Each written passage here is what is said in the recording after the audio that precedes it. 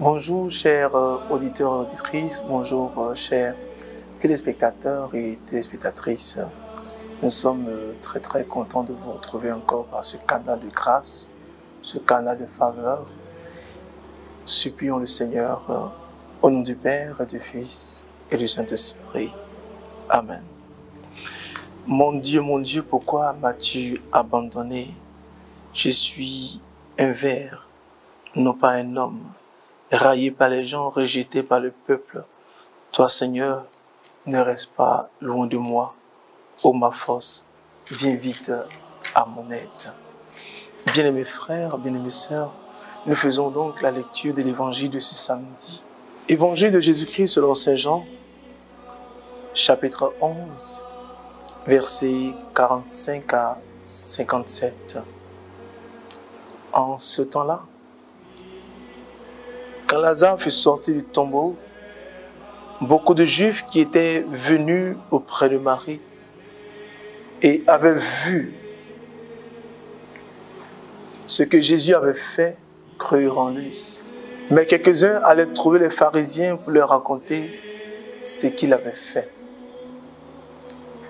Les grands prêtres et les pharisiens réunissent donc le conseil suprême. Ils disaient: qu'allons-nous faire? Cet homme accomplit un grand nombre de signes.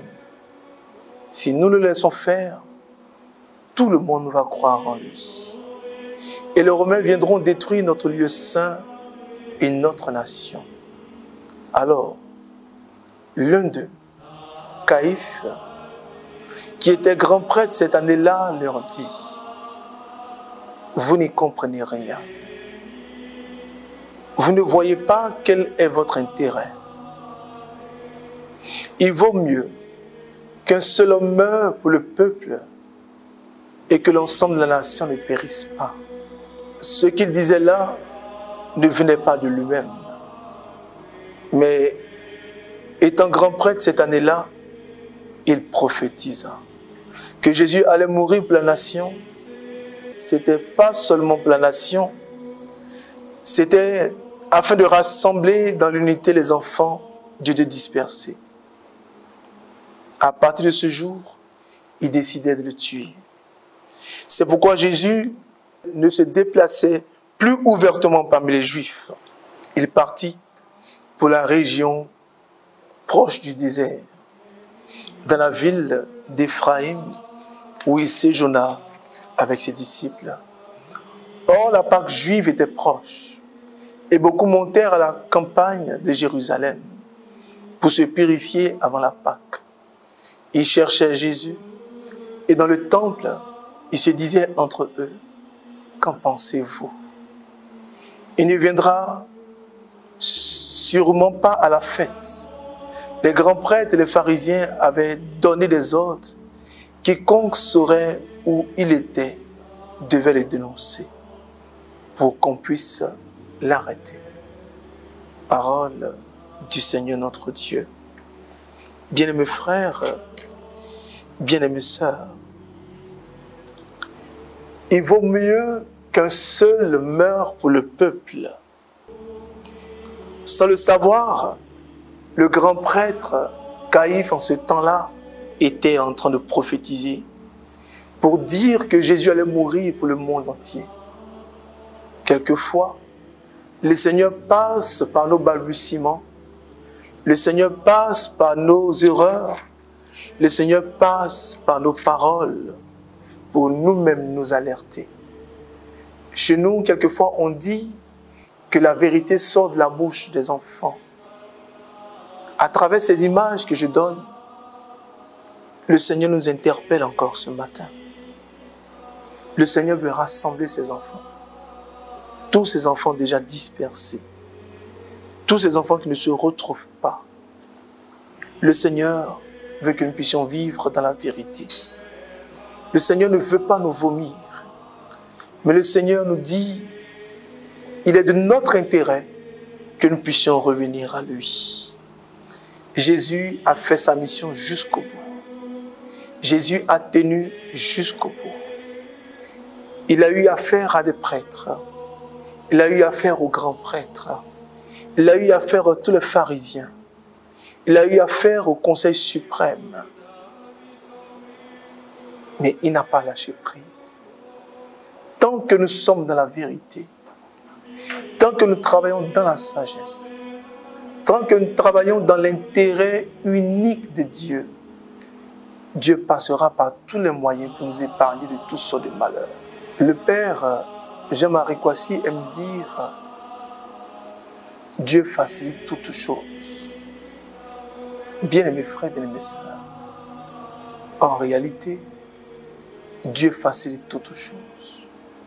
Quand vous voulez travailler pour Dieu, quand les intérêts de Dieu sont votre priorité, quand vous ne cherchez pas à vous présenter vous-même, et que c'est la volonté que le Seigneur a mis à votre cœur que vous voulez faire, le Seigneur passera par tous les moyens pour vous donner les hommes qu'il faut, les personnes qu'il faut, les moyens qu'il faut pour que son œuvre avance.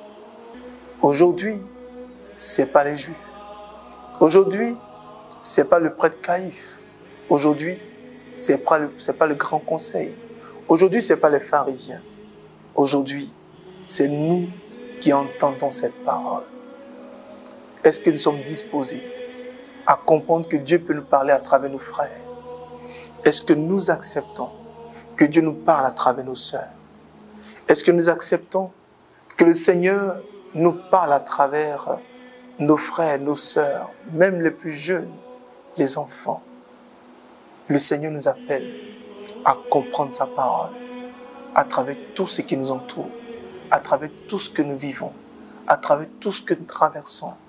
Le Seigneur nous invite à pouvoir élever son nom, à glorifier son nom, à magnifier son nom. Le Seigneur nous appelle à croire en lui.